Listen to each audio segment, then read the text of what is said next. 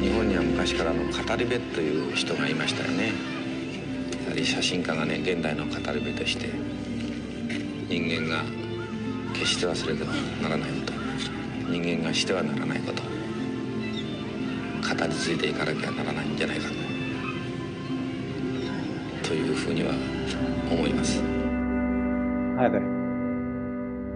Shomei Tomatsu was an important link between the pre-war Japanese photographers and the Provoke photographers like Daido Moriyama, who emerged in the 1960s. Tomatsu's work disrupted the conventions of traditional photography and paved the way for the edgy, expressive aesthetic employed by Mariyama and his friends. It's unlikely that their approach would have developed in the way that it did without the powerful presence of Tomatsu. I'll take a look at his life and work and also discuss individual images from the different eras in order to highlight the radical shifts that happened in Japanese photography between the 1940s and the 1970s. Tomatsu was born in 1930, so his youth was shaped by the events surrounding the Second World War. In his early teens, he was sent to work in a steel factory, and he was still only 15 years old when the war ended. His sense of equilibrium was severely undermined. Japan had experienced a rupture in its psyche. The war and the immediate aftermath was a full stop within the progression of society and culture. Following the surrender in 1945, the US set up military bases throughout the country. And into the 1950s, it was estimated that there were over 500,000 American personnel in the country. As a young man, this was the uncertain and hostile world that confronted Tomatsu. He began experimenting with photographic ideas while still at university, and his work quickly gained recognition.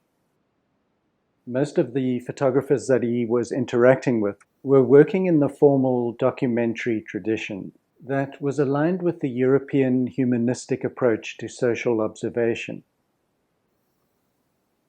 Even at this early stage, there were elements within his photographs that point to his later emphasis on creating work that was more interpretive.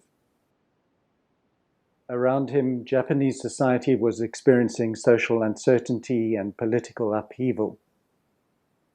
The youth began to rise up against the continued occupation, and protests became heated following the signing of a security treaty that formalized the American military presence.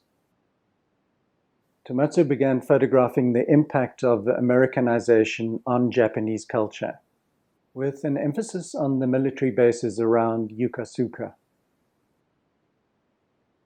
Instead of documenting the occupation directly in a journalistic manner, he approached the subject obliquely. His pictures became more fragmented and expressive as he looked for a broader sense of how the Japanese were being impacted. The images are far from neutral, but they also aren't overly critical. He interacted with American soldiers and was conflicted in his reaction. He realized that they weren't the evil devils that he'd been warned about, but he also witnessed a few shocking and violent interactions. His values shifted, and he began to question the idea of absolute morality. Although he was obviously against the continued occupation, he avoided self-righteous condemnation.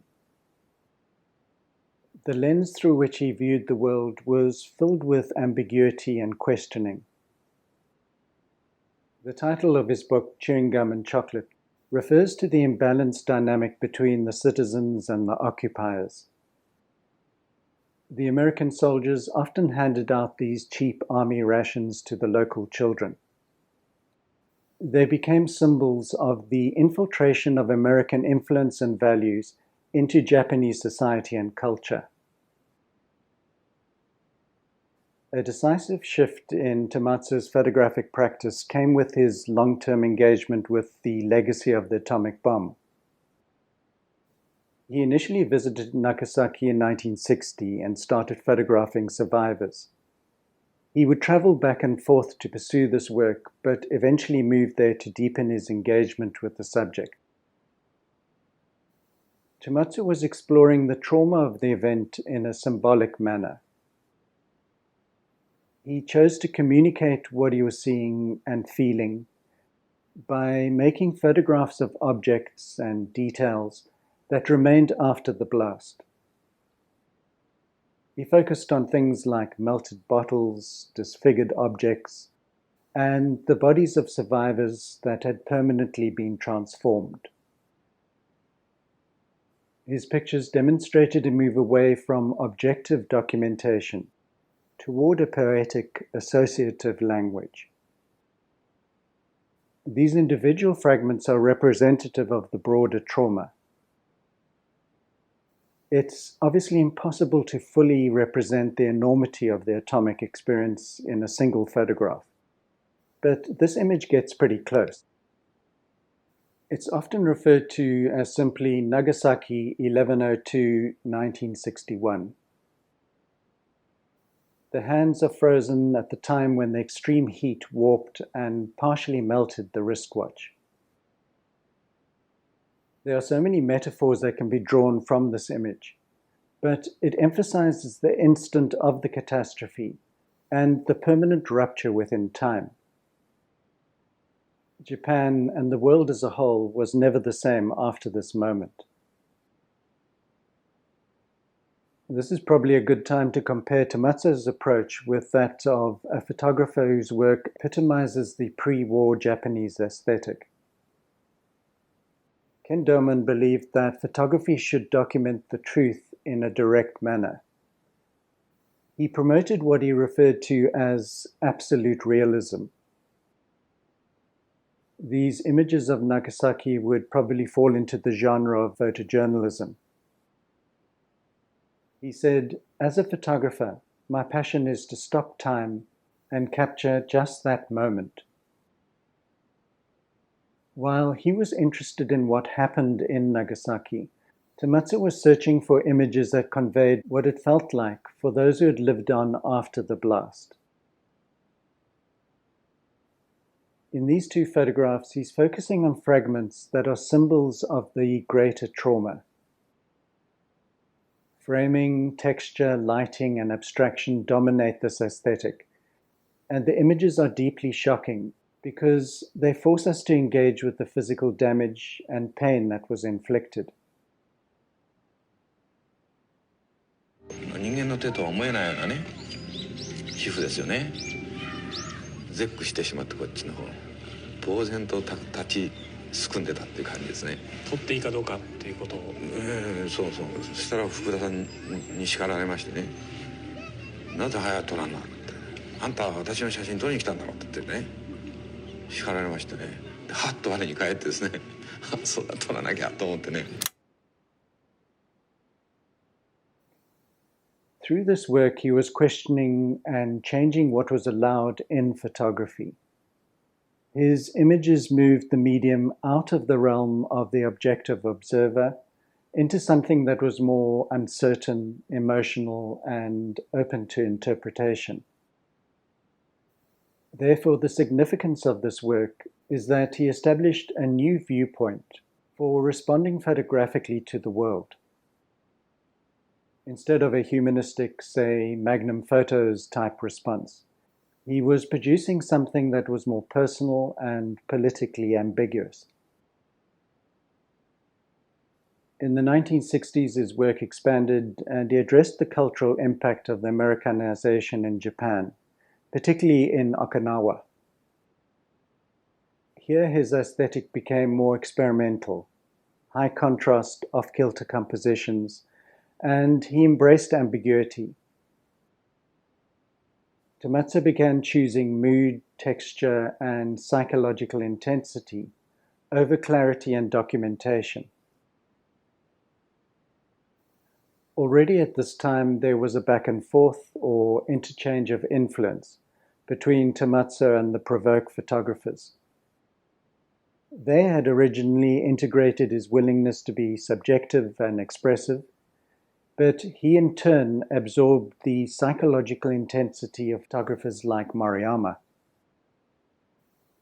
In order to emphasize how quickly the photographic aesthetic in Japan was changing at that time, I'll look at two iconic images.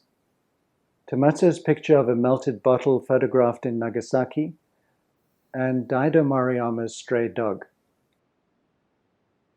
At the time of making this image, Tomatsu's work still held many of the formal principles of the pre-war photographers.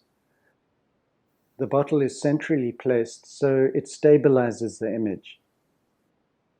We as viewers are being asked to contemplate the object as a document of the horrors of war. The picture is jam-packed with symbolism, and it forces us to bear witness and hold what we see and feel in our memory.